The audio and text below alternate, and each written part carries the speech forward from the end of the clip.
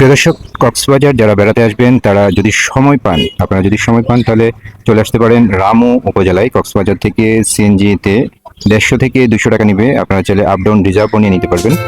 Ramu CNG station নেমে একটু সামনে মসজিদের পাশ দিয়ে হাতের বাম পাশে যে গলিটা রয়েছে এই গলি দিয়ে একটু সামনে আসলেই এটি হচ্ছে এখানকার আর কেন্দ্রীয় কেন্দ্রীয় মন্দির।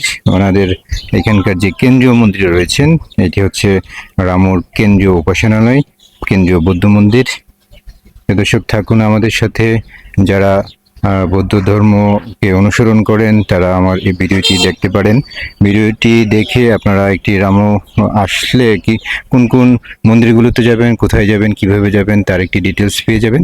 থাকুন আমাদের সাথে, ভিডিওটি শেষ পর্যন্ত দেখুন। প্রিয় দর্শক, বৌদ্ধ মন্দির রোড চলে আসলে আপনারা এখানে গাড়ি পার্কিং এর জন্য একটা সুন্দর ব্যবস্থা রয়েছে।